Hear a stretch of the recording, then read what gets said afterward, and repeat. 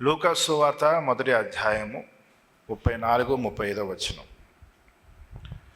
అందుకు మరియా, నేను పురుషుని ఎరుగని దాననే, ఇది ఎలాగో జరుగునని దూతతో అనగా, దూత, పరిశుద్ధాత్మ నీ మీదకి వచ్చును, సర్వోన్నతుని శక్తి నిన్ను కమ్ముకొనును గనుక పుట్టబో శిశువు పరిశుద్ధుడై దేవుని కుమారుడు అనబడును. యేసు ప్రభువారు పరిశుద్ధుడు. ఆయన భార్య భర్తల మధ్య ఉన్నటువంటి లైంగిక సంబంధం వలన జన్మించలేదు కాబట్టి యేసు ప్రభు పరిశుద్ధుడయ్యాడా? అలాగున చెప్పినట్లయితే భార్య భర్తల మధ్య లైంగిక సంబంధము అన్నది అపవిత్రమైనది అని మనం చెప్పాలి, పాపం అని మనం చెప్పాలి. వివాహానికి వెలుపల జరిగేటువంటి శారీరక కలయిక అన్నది పాపమే. కానీ భార్య భర్తల మధ్య ఉన్నటువంటి లైంగిక సంబంధము అన్నది పవిత్రమైనది. కనుక భార్య భర్తల మధ్య లైంగిక సంబంధం లేకుండా యేసు ప్రభు జన్మించాడు కాబట్టి ఆయన పరిశుద్ధుడు అని చెప్పడము సరైనటువంటి స్టేట్మెంట్ కాదు. ఎందుకు ఆయన పురుషుని యొక్క కలయిక లేకుండా స్త్రీ గర్భము నుంచి ఈ లోకంలో జన్మించవలసి వచ్చింది అంటే, ఈ భూమి మీద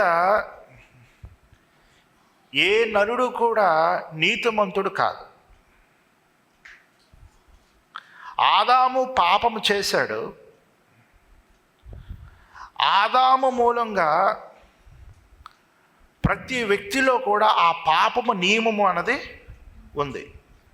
పుట్టిన బిడ్డ పసిపిల్లవాడే కావచ్చు, తను ఏ తప్పు చేయకపోవచ్చు, కానీ పరిశుద్ధుడు కాదు, పవిత్రుడు కాదు. ఆ బిడ్డలో పాపము నియమం అన్నది ఉంది.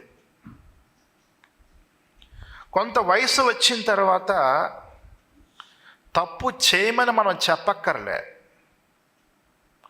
తనలో పాపము నియమం ఉంది కనుక ఆటోమేటిక్గా కొన్ని తప్పిదములు అనేవి చేస్తూనే ఉంటాడు. యేసుక్రీస్తు పరిశుద్ధుడు కాదు,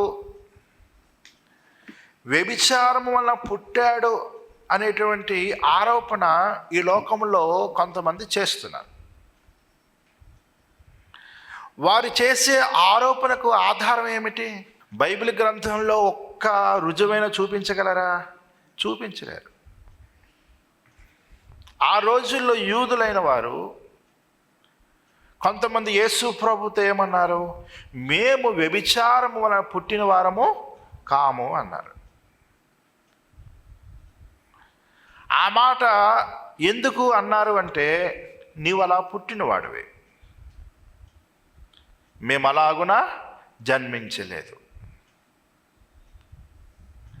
యేసు ప్రభు వారు మనలాగే జన్మించిన వాడు అయితే క్రైస్తవ్యము అన్నది వ్యర్థం.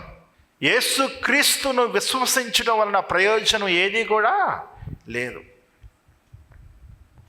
మనలాంటి ఒక మనిషిని దేవుడిగా ఎలాగున మనం పూజించగలం, ఎలాగున ఆరాధించగలం?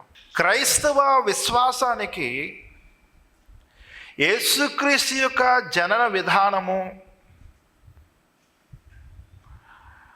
ఆ ప్రభు యొక్క మరణము, ఆయన పునరుత్థానాలు అన్నవి కేంద్ర బిందువు. యేసుక్రీస్తు యొక్క జనన విధానము, ఆయన దైవ పరిపూర్ణుడు అని, దేవుడే మనిషిగా ఈ లోకానికి వచ్చాడు అనే సత్యాన్ని సూచిస్తుంది. యేసుక్రీస్తు యొక్క మరణము యావత్ మానవ జాతి పాప ప్రాయశ్చిత్తము కొరకు దేవుడు చేసిన కార్యాన్ని సూచిస్తుంది. యేసుక్రీస్తు యొక్క పునరుత్థానము, మరణమును పాపమును ఆయన గెలిచాడు అని ఆ ప్రభు యందు విశ్వాసముంచువారు కూడా పాపమును మరణమును జయించి నిత్య జీవమును కలిగి ఉంటారు అని సూచిస్తుంది. కనుక యేసుక్రీస్తు యొక్క జననము, మరణము, పునరుత్థానాలు అన్నవి మన విశ్వాసానికి చాలా ప్రాముఖ్యం. యేసు ప్రభువారు పలానా రోజున జన్మించారు అనేటువంటి తేదీ పరిశుద్ధ గ్రంథంలో లేదు. విశ్వాసానికి, రక్షణకు ఈ తేదీలు ఏమాత్రము అవసరమో లేదు. అంతే కదా. మనిషి యొక్క రక్షణకు యేసు ప్రభువు జన్మించిన తేదీకి ఏమైనా సంబంధం ఉందా? లేదు. యూదా సంస్కృతిలో పుట్టిన తేదీలకి పెద్ద ప్రాధాన్యత లేదు. యేసు ప్రభువు ఈ యొక్క చరిత్రలో ఉన్నాడా లేడా అంటే లేడు అని చెప్పడము వెర్రితనం అవుతుంది. వెర్రితనం అది. నాస్తికుడు కూడా ఆ మాట చెప్పడు. చరిత్రలో ఆయన ఉన్నాడు. లోక యూదుడు కాదు, ప్రభువుని ఎరుగక ముందు క్రైస్తవుడు కాదు. మరి పరిశుద్ధ గ్రంథంలో అన్ని పుస్తకాలని యూదులు రాస్తే లూకా సువార్తను మాత్రము యూదేతరుడు రాశాడు. అదేవిధంగా ఇతర చరిత్రకారులు కూడా వారు క్రైస్తవ్యమును స్వీకరించలేదు, కానీ యేసు క్రీస్తుని గురించి వారు తమ చరిత్ర గ్రంథాలలో ప్రస్తావించారు. లోక వ్రాసినటువంటి రాజుల పేర్లు, చక్రవర్తుల పేర్లు, ప్రాంతాల పేర్లు ఇవన్నీ కూడా చరిత్రను మనం ఒక్కసారి పరిశీలన చేస్తే ఈ ప్రాంతాలు ఉన్నాయి, ఈ రాజులు ఉన్నారు, ఈ చక్రవర్తులు ఉన్నారు, ఈ శాసనాలు ఉన్నాయి, ఈ పేర్లు ఉన్నాయి. ఇవన్నీ ఉన్నప్పుడు ఎవరు లేరట? యేసు ప్రభు లేడట. యేసు ప్రభు యొక్క జననం గురించి నీకు సందేహం ఉంటే, మనిషిగా నీకు ఆలోచన సందేహం ఉండటం సహజమే. నువ్వు దేవుడిగా విశ్వసించలేదు కాబట్టి. కానీ ఆయన అసలు చరిత్రలోనే లేడు అంటే అంతకంటే మూర్ఖుడు ఇంకెవరో కూడా లేరు. యేసు ప్రభు ఎప్పుడు పుట్టాడో చెప్పండి. యేసు ప్రభు లేకపోతే శిష్యులు ఎలాగొచ్చారు, అపోస్తులు ఎలాగొచ్చారు, ఆదిమ సంఘం ఎలాగొచ్చింది? అంతే కదండి. అపోస్తులు ఎందుకు ఆయా దేశాలకి, ఆయా ఖండాలకి వెళ్ళిపోయి ప్రచారం చేశారు? యేసు ప్రభు అసలు లేడట. యేసు ప్రభు లేకపోతే క్రైస్తవ్యం ఎలాగొచ్చింది? అసలు ఎంత వెర్రితనం అండి. యేసు ప్రభువారు పరిశుద్ధాత్మ వలన పుట్టలేదు అని నిరూపించడానికి సాతాను విశ్వ ప్రయత్నాలు చేస్తూనే ఉన్నాడు. ఎందుకు అంటే క్రైస్తవ విశ్వాసానికి యేసుక్రీస్తు జనన విధానం అన్నది చాలా ప్రాముఖ్యమైనది. ఆయన మనలాంటి మనిషి అయితే యేసు ప్రభుని విశ్వసించవలసిన అవసరం లేదు. ఆయన చేసిన ప్రాయశ్చిత్తము ఎవరికి కూడా ఉపయోగపడదు. యోహాను సువార్త 8వ అధ్యాయం 46వ వచనం, నాయందు పాపము ఉన్నదని మీలో ఎవడు స్థాపించును? నేను సత్యము చెప్పుచున్న ఎడల మీరెందుకు నన్ను నమ్మరు? యేసు ప్రభువారు ఈ లోకానికి వేసిన ప్రశ్న, సవాలు. నాలో పాపము ఉన్నదని మీలో ఎవడో స్థాపించగలడు? భూమి మీద పుట్టిన ఏ మనిషి కూడా ఈ మాట చెప్పలేడు, చెప్పజాలడు. ఎందుకు అంటే జన్మతః ప్రతి మనిషి కూడా పాపి. ఆ ఒరిజినల్ సిన్ ఉందే, ఆదాము చేసిన పాపం ఉందే,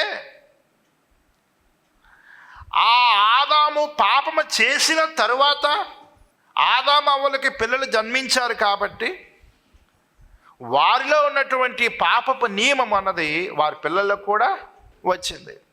ఆదాము యొక్క సంతానమే ఈ భూమి అంతా విస్తరించారు కనుక ప్రతి మనిషిలో కూడా పాపము నియమం అన్నది ఉంది. యేసుక్రీస్తు పురుషుని కలయిక వల్ల జన్మించలేదు కాబట్టి యేసు ప్రభువులో పాపపు నియమం అన్నది లేదు. జన్మతః ఆయన పరిశుద్ధుడు. రోమిలకు రాసిన పత్రిక 5వ అధ్యాయం 12వ వచనం, ఇట్లుండగా ఒక మనుషుని ద్వారా పాపము ద్వారా మరణమును లోకములో ఎలాగూ ప్రవేశించునో అలాగునే మనుషులందరూ పాపము చేసినందున మరణము అందరికీ సంప్రాప్తమాయను. పాపము లోకంలోనికి ప్రవేశించింది. ఎలా ప్రవేశించింది? లోకం అంటే ఎవరండి? మనుషులు. పాపము ఒక మనుషుని ద్వారా లోకంలోనికి ప్రవేశించింది. అంటే ప్రతి మనిషిలో కూడా పాపము ప్రవేశించింది. ఎలా ప్రవేశించింది? స్త్రీ పురుషుల యొక్క శారీరక కలయిక వల్ల జన్మిస్తున్నాడు కాబట్టి ఆ ఆదాము రక్తమే ప్రవహిస్తుంది కనుక పుట్టిన ప్రతి బిడ్డలో కూడా పాపపు నియమం అన్నది ఉంది. యేసుక్రీస్తులో పాపపు నియమం అన్నది లేదు. మరియా పరిశుద్ధాత్మ వలన గర్భము దాల్చింది. రోమిలకు రాసిన పత్రిక 7వ అధ్యాయం 23వ వచనం, వేరొక నియమము నా అవయములలో ఉన్నట్టు నాకు కనబడుచున్నది. అది నా మనస్సునందున ధర్మశాస్త్రముతో పోరాడచ్చు, నా అవయంలోనున్న పాప నియమమునకు నన్ను చెరపట్టి లోపరుచుకొనుచున్నది. పౌలేమంటున్నాడు? వేరొక నియమము నాలో ఉంది అంటున్నాడు.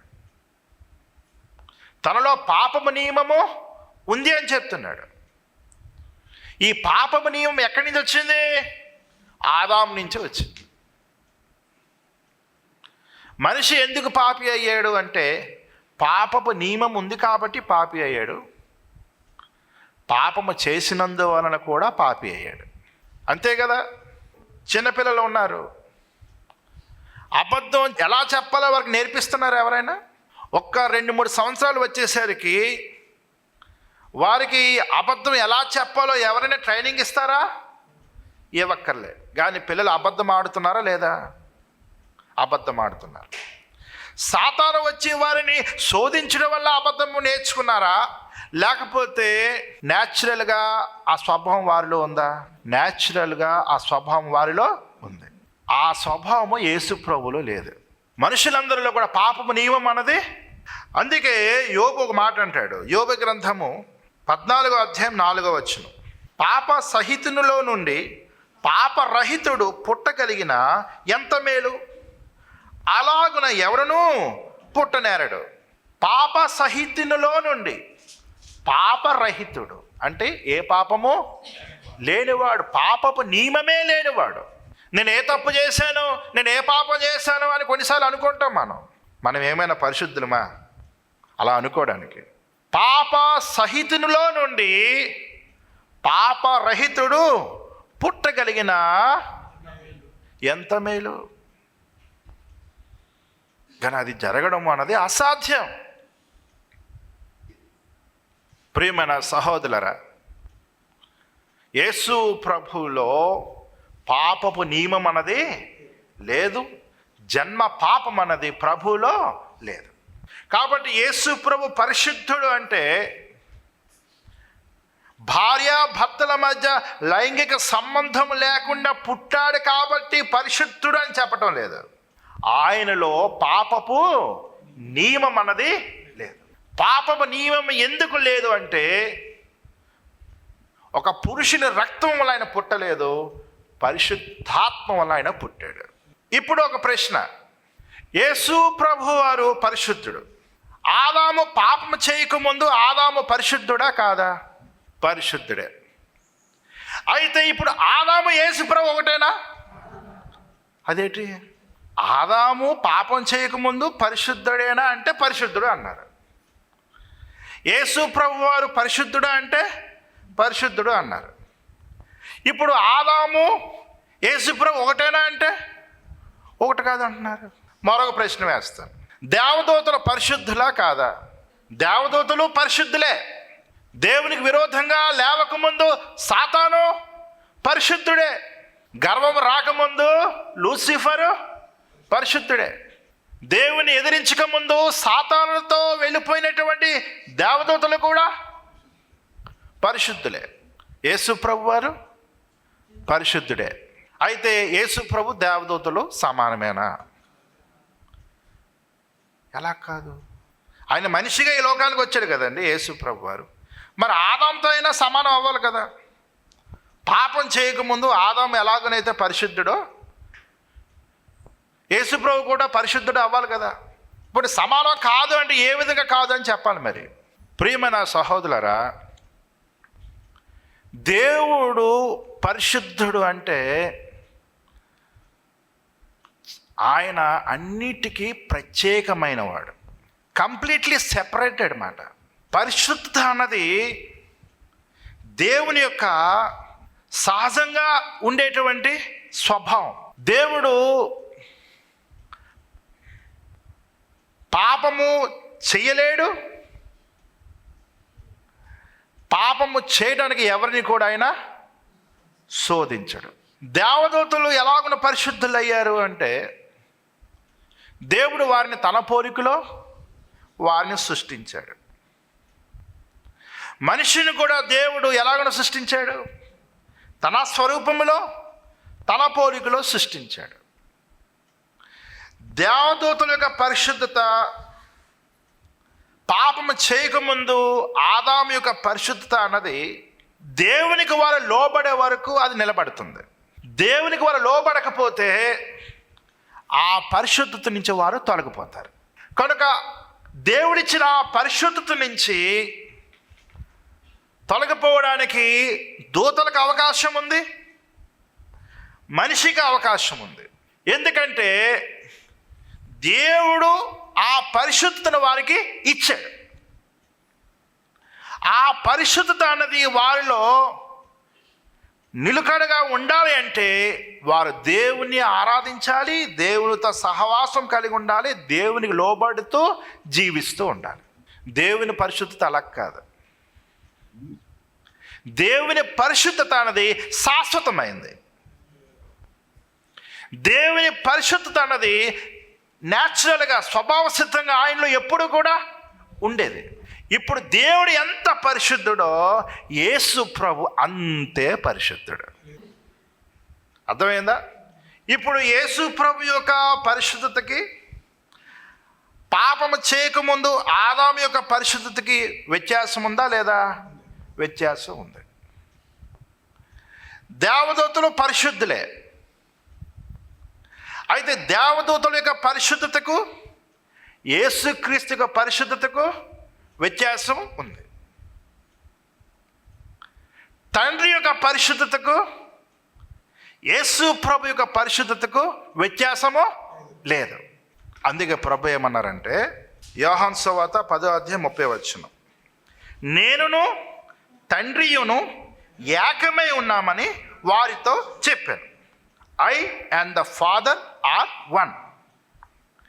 నేను తండ్రి ఒకటే. తండ్రి ఏమై ఉన్నాడో నేను కూడా అదే ఉన్నాను. ఈ మాట దేవదూతలు చెప్పగలిగారా? ఈ మాట పాపం చేయకముందు ఆదాము చెప్పగలడా? చెప్పలేడు. కానీ యేసు ప్రభు మాత్రమే I and the father are one. నేను తండ్రి ఒకటే, వీఆర్ ఈక్వల్ అన్నాడు. అంతే, వీఆర్ సేమ్, వీఆర్ ఈక్వల్ అన్నాడు. కనుక యేసు ప్రభు ఎంత పరిశుద్ధుడు అంటే దేవుడు ఎంత పరిశుద్ధుడో, తండ్రి ఎంత పరిశుద్ధుడో యేసు ప్రభు అంతే పరిశుద్ధుడు. దేవునికి స్తోత్రం. ఇప్పుడు మరొక ప్రశ్న. యాకోబు రాసిన పత్రిక 1:13 నుంచి చదువుకుందాం. దేవుడు కీడు విషయమే శోధింపబడనేరడు, ఆయన ఎవరిని శోధింపడు గనుక ఎవడైనా శోధింపబడినప్పుడు నేను దేవుని చేత శోధింపబడుచున్నానని అనకూడదు. దేవునికి స్తోత్రం. సాతాను యోబు దగ్గరికి వచ్చి శోధించాడు. సాతాను అవ్వ దగ్గరికి వచ్చి శోధించాడు. సాతాను దేవుని దగ్గరికి వచ్చి శోధించాడా? ఎక్కడ శోధించాడు? పరలోకానికి వెళ్ళి దేవుని శోధించాడా? దేవుని శోధించే అంత శక్తి సాతానుకు లేదు. శోధింపబడితే పడిపోవడానికి అటువంటి నేచర్ దేవునిలో లేదు. దేవుడు అంటేనే పరిశుద్ధుడు. అసలు పాపానికి దేవునికి అసలు సంబంధమే లేదు. కనుక దేవుడు కీడు విషయమే శోధింపబడనేరడు. దేవుడు ఎవరిని కూడా శోధించడు. యోసేపు శోధింపబడ్డాడు. శోధించింది ఎవరు? సాతాను. నా కుమారుడు నిలబడతాడా లేదా అని చెప్పి ఒక అమ్మాయిని పంపించాడా దేవుడు? లేదు, అది సాతాను చేశాడు. అంతే కదా. దేవుడు అన్నవాడు శోధింపబడనేరడు, దేవుడు శోధించడు. ఎందుకంటే ఆయన పరిశుద్ధుడు. యేసు ప్రభు వారు శోధింపబడ్డా లేదా? అవును, అంతే కదా. యేసు ప్రభు వారు శోధింపబడ్డారు. అప్పుడు ఈయన దేవుడు ఎలాగవుతాడు? ఈయన పరిశుద్ధత అన్నది దేవుని పరిశుద్ధతతో ఎలాగ సమానం అవుతుంది? దేవుని పరిశుద్ధత శాశ్వతమైంది. దేవుని పరిశుద్ధత అన్నది న్యాచురల్గా ఆ దేవుళ్ళు ఎప్పుడు కూడా ఉండేది. కాబట్టి ఎవరు ఆయన్ని శోధించలేరు, ఆయన ఎవరిని కూడా శోధించడు. ఇప్పుడు తండ్రి ఎంత పరిశుద్ధుడో యేసు ప్రభు కూడా అంతే పరిశుద్ధుడైనప్పుడు దేవుడు శోధింపబడనేరాడు కదా. మరి యేసు ప్రభు ఎందుకు శోధింపబడ్డాడు? యేసు ప్రభువులో దైవ పరిపూర్ణత ఉంది, మానవ పరిపూర్ణత ఉంది. ఆదాము మానవుడే, దేవుడు తనని పరిశుద్ధంగానే సృజించాడు. అయితే శోధింపబడినప్పుడు పాపంలో పడిపోయాడు. ఒక మానవుడిగా యేసు ప్రభు వారు శోధింపబడ్డాడు, కానీ దైవ పరిపూర్ణుడిగా మాత్రమే కాదు. యేసు ప్రభువులో రెండు వ్యక్తిత్వాలు కనిపిస్తాయి. ఆయన మానవ పరిపూర్ణుడు, దైవ పరిపూర్ణుడు. ఆయన మానవుడు కాబట్టి దావీదు కుమారుడు అని పిలువబడ్డాడు. ఆయన దైవ పరిపూర్ణుడు కాబట్టి దేవుని కుమారుడు అని పిలువబడ్డాడు. హెబ్రీయులకు రాసిన పత్రిక 4వ అధ్యాయము 15వ వచనం చదువుకుందాం. మన ప్రధాన యాజకుడు మన బలహీనతల యందు మనతో సహానుభవము లేనివాడు కాడు, కానీ సమస్త విషయముల్లోనూ మన వలనే శోధింపబడినను ఆయన పాపము లేనివాడుగా ఉండెను. దేవునికి స్తోత్రం. ఆయన మానవ పరిపూర్ణుడు కాబట్టి ఆయన శోధింపబడ్డాడు. అయితే ఆ శోధన ఆయనను ఏమీ కూడా చేయలేకపోయింది. ఆయన పాపమును జయించాడు. ఏ పాపము అయినా చేయలేదు. ప్రియమైన సహోదరులారా, యేసుక్రీస్తు యొక్క జన్మలో పాపము కనిపించడం లేదు. ఆయన జీవితంలో పాపము కనిపించడం లేదు. యేసు ప్రభు యొక్క పరిశుద్ధత ఎంత గొప్పది అంటే, దేవుడు ఎంత పరిశుద్ధుడో యేసు ప్రభు వారు అంత పరిశుద్ధుడు.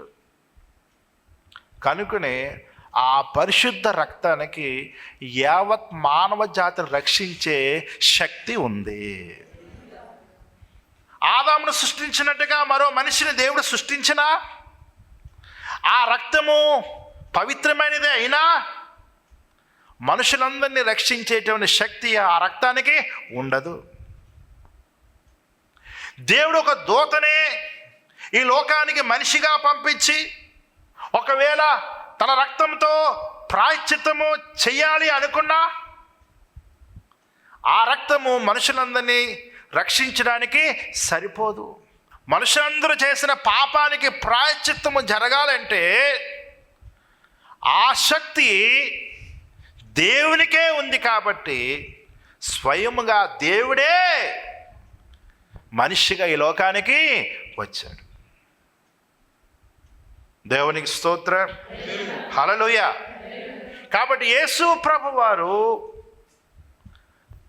ఆదాము కంటే శ్రేష్ఠుడు, దేవదూతల కంటే శ్రేష్ఠుడు. కొరింథీయులకు రాసిన మొదటి పత్రిక 15:45. ఇందు విషయమే ఆదామును మొదటి మనుష్యుడు, జీవించు ప్రాణి ఆయనని వ్రాయబడి ఉన్నది. కడపటి ఆదాము జీవింపచేయు ఆత్మ ఆయను. ఆదాము జీవించే ప్రాణి మాత్రమే. యేసుక్రీస్తు తాను జీవించున్నవాడు మాత్రమే కాదు, అనేకులను జీవింపచేయవాడు. దేవునికి స్తోత్రం. హెబ్రీయులకు రాసిన పత్రిక 1:5-6.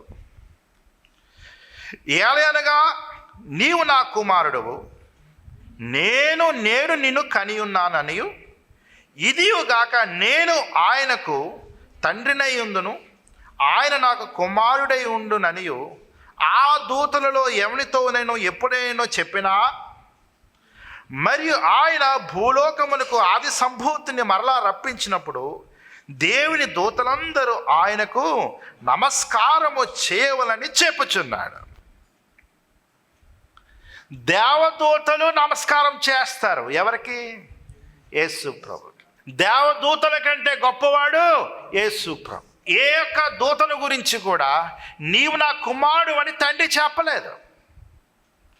కానీ యేసు ప్రభు విషయంలో మాత్రము నీవు నా కుమారుడు. దేవదూతల కంటే శ్రేష్ఠుడు. పాపము చేయకముందు ఆదాము కంటే శ్రేష్ఠుడు. దేవునికి స్తోత్రం, హల్లెలూయా.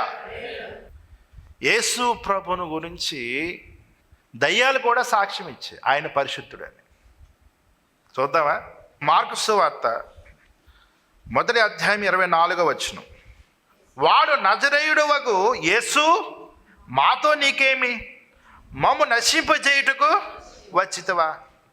నీవెవడవో నాకు తెలియను, నీవు దేవుని పరిశుద్ధుడు అని కేకలు వేశాను. దైవం చెప్తుంది, బాబో నువ్వెవడవో మాకు తెలుసు, నీవు పరిశుద్ధుడు. చూసారా?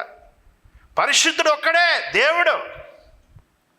దయ్యాలకి తెలిసిన పరిశుద్ధుడు ఎవరు? దేవుడు. ఇప్పుడు దయ్యాలు ఎవరిని చూసి పరిశుద్ధుడు అంటనే? యేసుని. ఇప్పుడు యేసు ఎవరు? దేవుడు. యోహాను సువార్త 6:68-69. సీమోను పేతురు, ప్రభువా ఎవని యొద్దకు వెళుదుము?